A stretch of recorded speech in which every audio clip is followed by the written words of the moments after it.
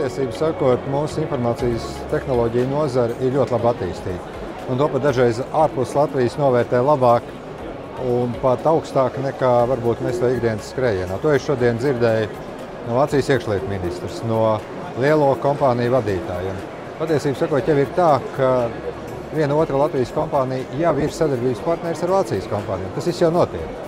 Tā prezidenta loma ir iedrošināt, atgādināt.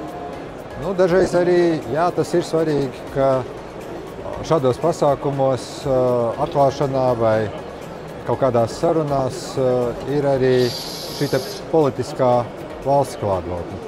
Otra lieta, patiešām mēs neesam vienīgie, mums ir pietiekami daudz konkurences, un tas, ko parasti nelielas valstis un to nozars var izdarīt, ir kāda nišas kompetence. Datu drošība, datu aizsardzība, kiberaizsardzība. Tie ir jautājumi, kas interesē, bet, piemēram, ir mūsu LMT un 5G militārā jomā. Tas ir tas, kur mēs tiešām esam ļoti, ļoti labi pavirzījušies uz priekšu. Par mums ir interese ne tikai Vācijā, es pats biju Amerikā, San Francisco, tur ir interese NASA līmenī, tur ir interese arī ASV lielo kompāniju līmenī. Es domāju, ka vācu tirgus ir salīdzinoši ļoti protekcionisks. Viņi aizstāv savus ražotājus un izstrādātājus, un kas ir saprotami.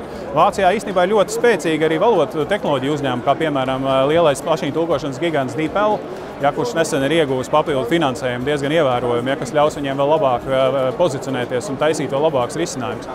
Tā kā ir arī objektīvi rādītāji, bet es domāju, ka tie nav jau tikai tehnoloģija.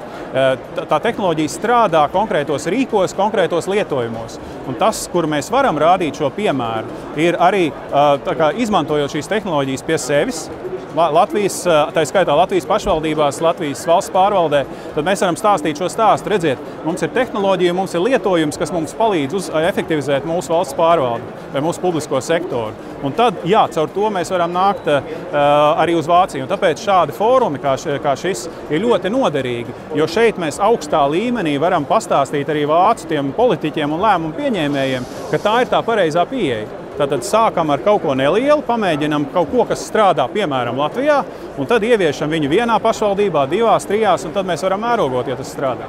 Atbild uz jautājumu par to, kurā vērtības ķēdes posmā mēs esam, gan.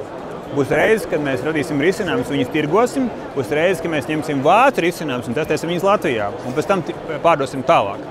Tā kā katreiz būs savādāk, bet tas, kas ir vienojošais, jebkurā gadījumā, ir tas, ka tehnoloģiju nevar izņemt ārā no laboratorijas un ieštepselēt pilsētā. Tas nav iespējams. Viņiem ir nepieciešams vidusposms, kur tu pārbaudi, vai strādā. Uzsit -20 grādus, un vai mašīna vai velosipēdi skatīties strādā arī -20 grādos, nevis aiziet pa pieskaru.